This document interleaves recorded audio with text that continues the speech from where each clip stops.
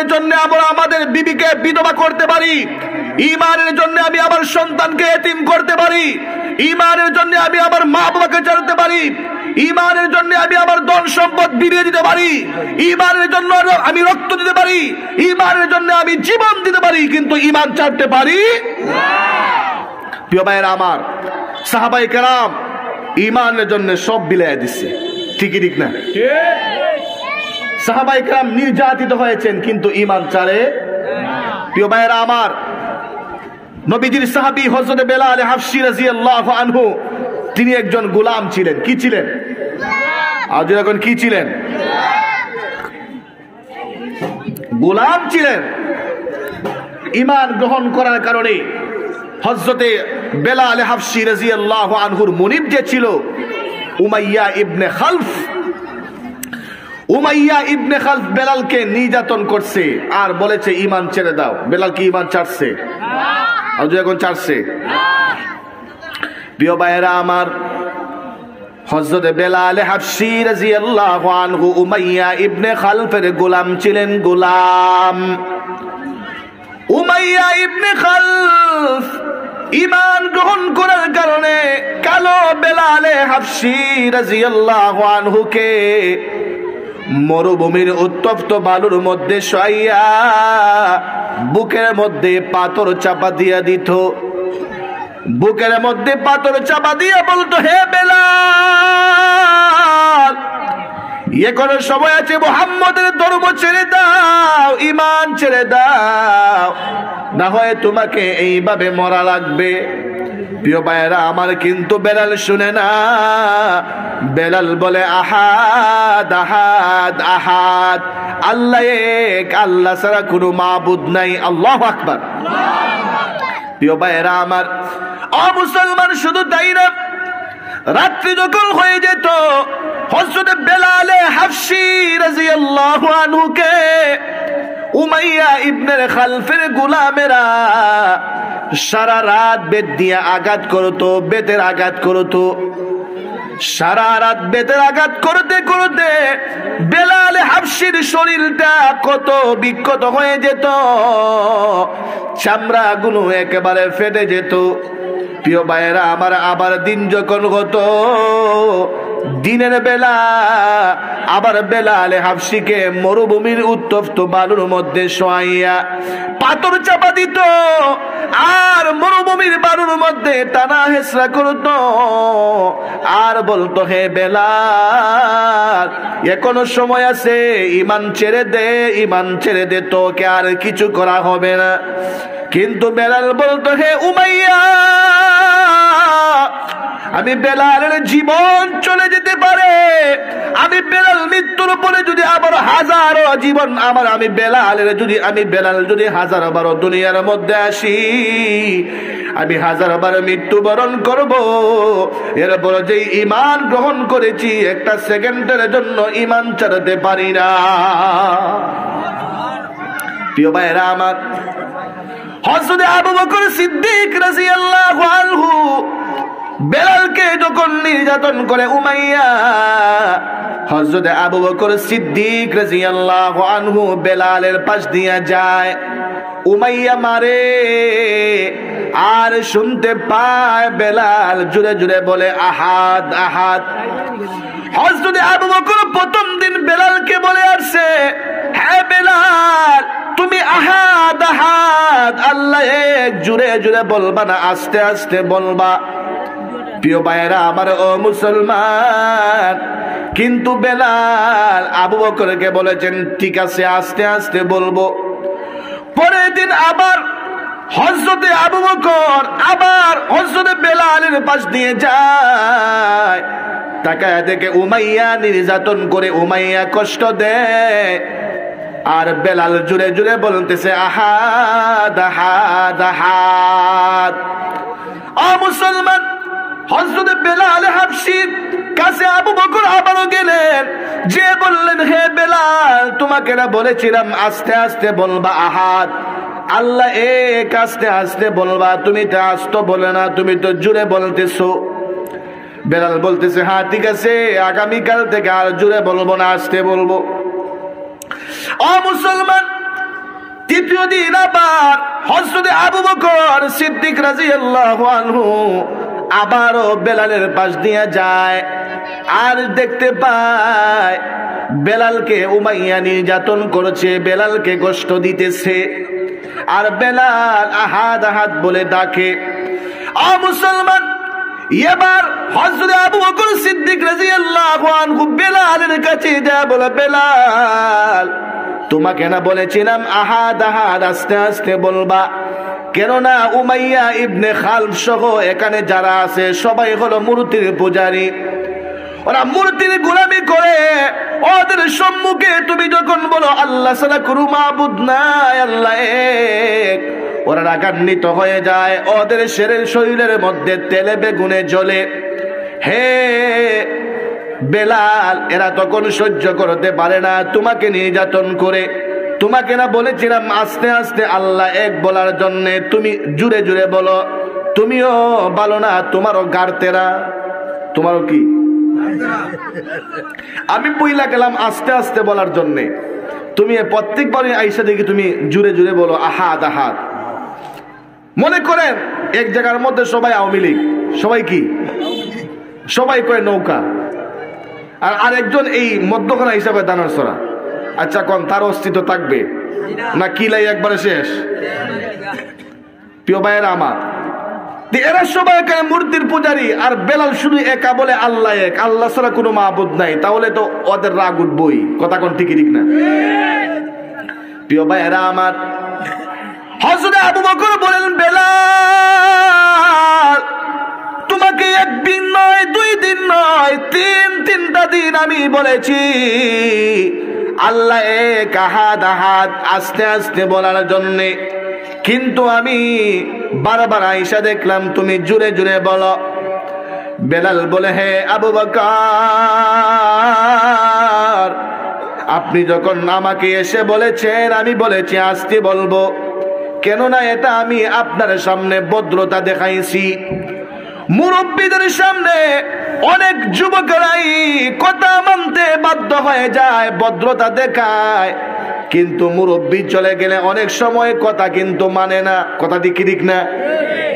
মুরব্বীর সামনে উল্টা পাল্টা বলে না, ভদ্রতা দেখায়।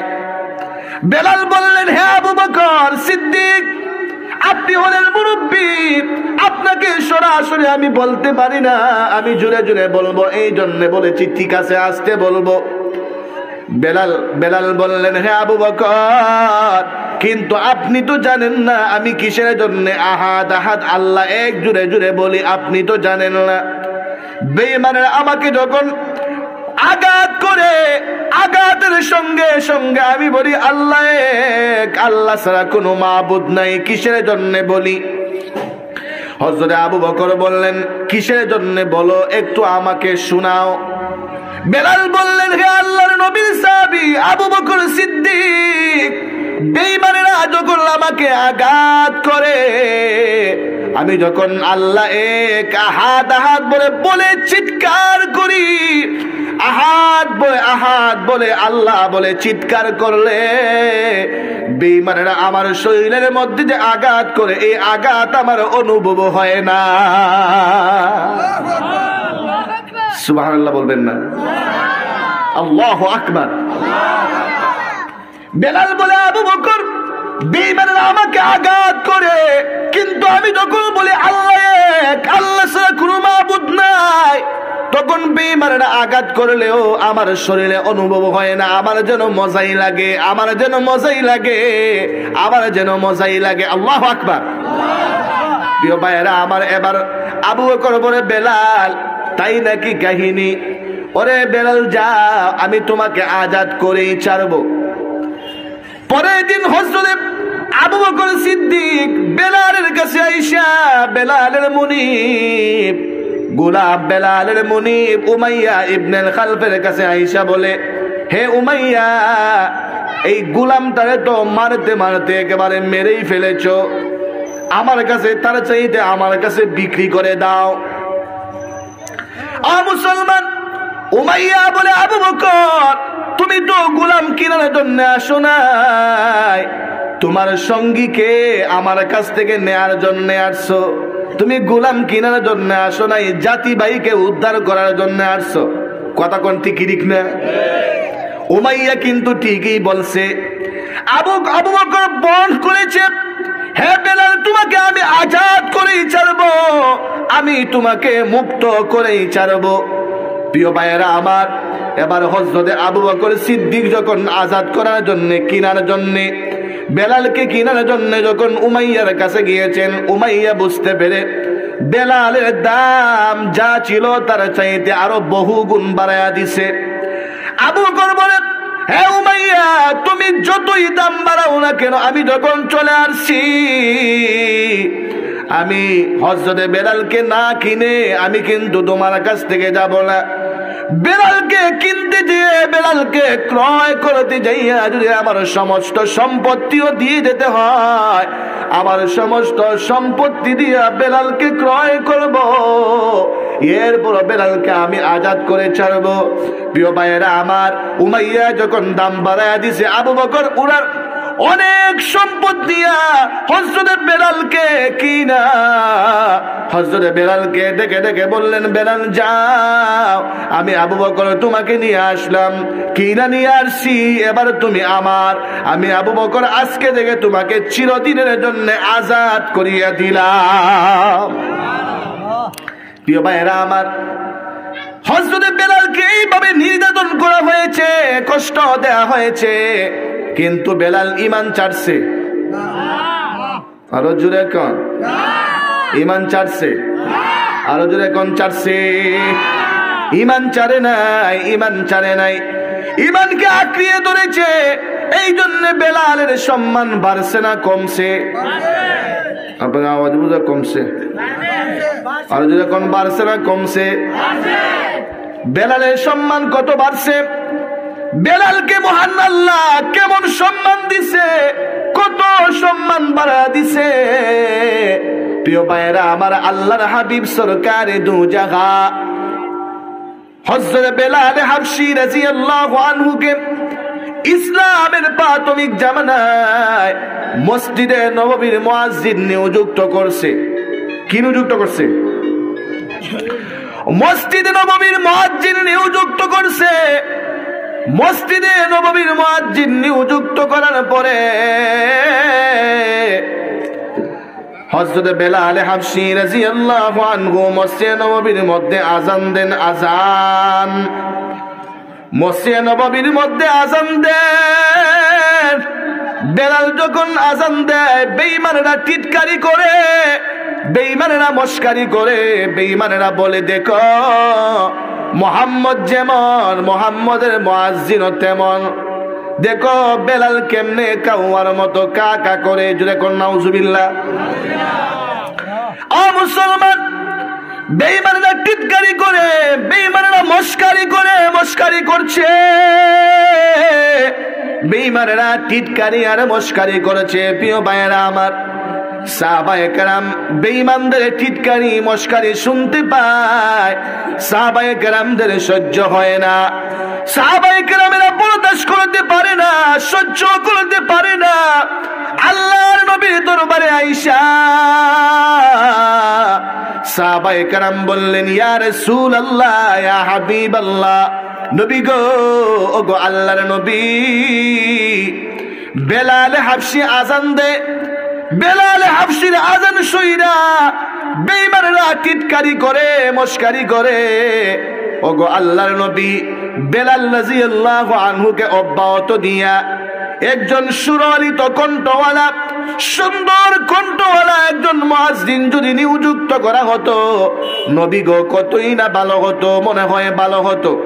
সাহাবায়ে কেরাম যখন প্রস্তাব করেছে, আল্লাহর নবীর কাছে এই প্রস্তাবটা ভালো লেগেছে। কি লেগেছে? প্রস্তাবটা ভালো লেগেছে। আল্লাহর নবী সরকারে দু জাহান সাহাবায়ে কেরামের প্রস্তাব গ্রহণ করে একজন নতুন মুয়াজ্জিন নিযুক্ত করলেন। হযরত বেলাল হাবশীকে অব্যাহতি দিলেন। প্রিয় ভাইয়েরা আমার, বেলালকে অব্যাহতি দেওয়ার পরে নতুন মুয়াজ্জিন আযান দিচ্ছেন। নতুন মুয়াজ্জিন ফজরের আযান দিতে শুরু করেছে। মসজিদে নববীর মিনারের মধ্যে দাঁড়াইয়া ফজরের আজান দিতে শুরু করেছে আল্লাহু আকবার আল্লাহু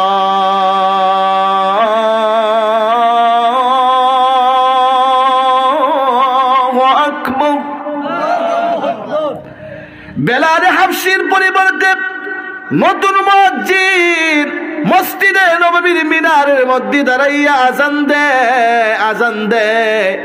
প্রিয় ভাইয়েরা আমার, এত সুন্দর কণ্ঠ, এত সুরলিত কণ্ঠে আজান দিতেছে। মদিনার মানুষেরা এত সুন্দর আজান অতীতে আর কোনোদিন শুনে নাই। মুসলমানেরা এত সুন্দর আজান কোনোদিন শুনে নাই।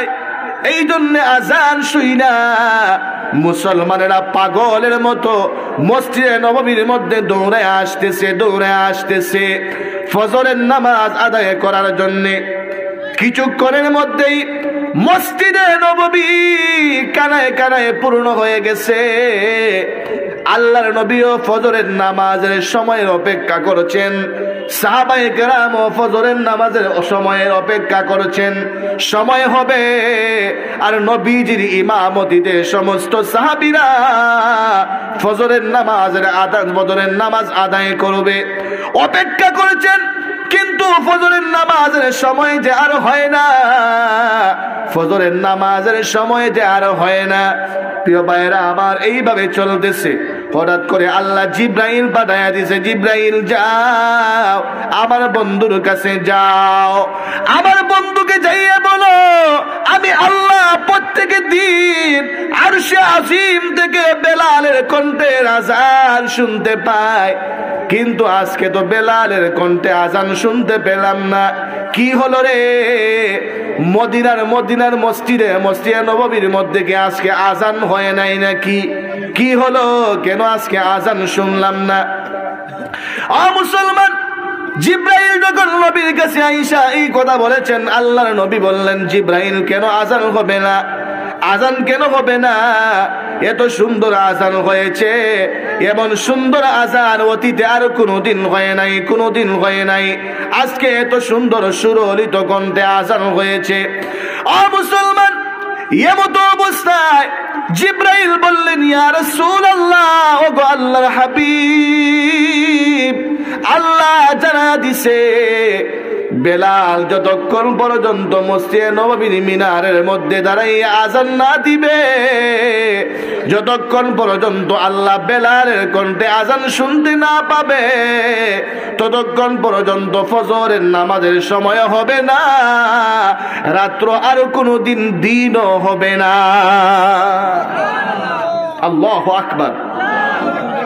প্রিয় ভাইয়েরা আমার, মুসলমান, তাহলে বেলাল ইমানকে মজবুত করে ধরছে, সম্মান বাড়ছে না কমছে? আরো জোরে এখন, বাড়ছে না কমছে? কেমন বাড়ছে? মুসলমান, বেলাল দুনিয়ার জমিনে হাঁটে আর বেলালের পায়ের আওয়াজ জান্নাতে শোনা যায়। আল্লাহু আকবার। মুসলমান, এই রজব মাসে আপনার আমার নবী মেরাজে গিয়েছিলেন। কোথায় গিয়েছিলেন? মেরাজে গিয়েছিলেন। আপনার আমার নবী যখন মেরাজে গিয়েছেন, মুসলমান, মেরাজে যাওয়ার পরে আল্লাহর নবী জাহান্নাম ভ্রমণ করেছেন, জান্নাত ভ্রমণ করেছেন। জান্নাত জাহান্নাম ভ্রমণ করার পরে আল্লাহর নবী যখন জান্নাতের ভিতর দিয়ে হাঁটে, হঠাৎ করে আল্লাহর নবী শুনতে পায় কে যেন আল্লাহর নবীর সামনে দিয়া হেঁটে হেঁটে যায়। কার যেন খরমের পায়ের আওয়াজ শোনা যায়। আল্লাহর নবী জিব্রাইলকে বললেন, হে জিব্রাইল, কে রে আমার সামনে দিয়া হাঁটে? পায়ের আওয়াজ শোনা যায়, কে আমার সামনে দিয়া হাঁটে? প্রিয় ভাইয়েরা আমার, জিব্রাইল বললেন, ইয়া রাসূলুল্লাহ, নবী গো, আপনার সামনে দিয়ে কে হাঁটতেছে আপনি চিনেন না? তিনি তো আপনার পরিচিত সাহাবী, আপনার প্রিয় সাহাবী হযরত বেলাল। আল্লাহর নবী আশ্চর্য হয়ে গেলেন, বেলাল এখানে কেমনে আসলো? বেলাল জান্নাতে কেমনে আসলো? বেলাল জমিনে হাঁটে, বেলালের পায়ের আওয়াজ জান্নাতে কেমনে শোনা যায়? আল্লাহর নবী যখন মেরাজ থেকে বাড়িতে চলে আসলেন, মক্কায় যখন ফিরে আসলেন, আল্লাহর নবী বেলাল হাবশিকে ডাকলেন, বেলাল আসো, তুমি আমার কাছে আসো। হযরত বেলাল হাবশি যখন নবীর দরবারে আসেন, আল্লাহর নবী বললেন, বেলাল তুমি কি আমল করো, তুমি কি আমল করো, তোমার কি আমল আছে, তুমি কি আমল করে এমন দুনিয়ার মধ্যে তুমি হাঁটো আর তোমার পায়ের আওয়াজ জান্নাতের মধ্যে শোনা যায়? বেলাল বললেন, ইয়া রাসূলুল্লাহ, নবী গো, আমার তো তেমন কোনো আমল নাই। ওগো আল্লাহর নবী, আমার তেমন কোনো আমল নাই, তবে হ্যাঁ আমার একটা আমল আছে।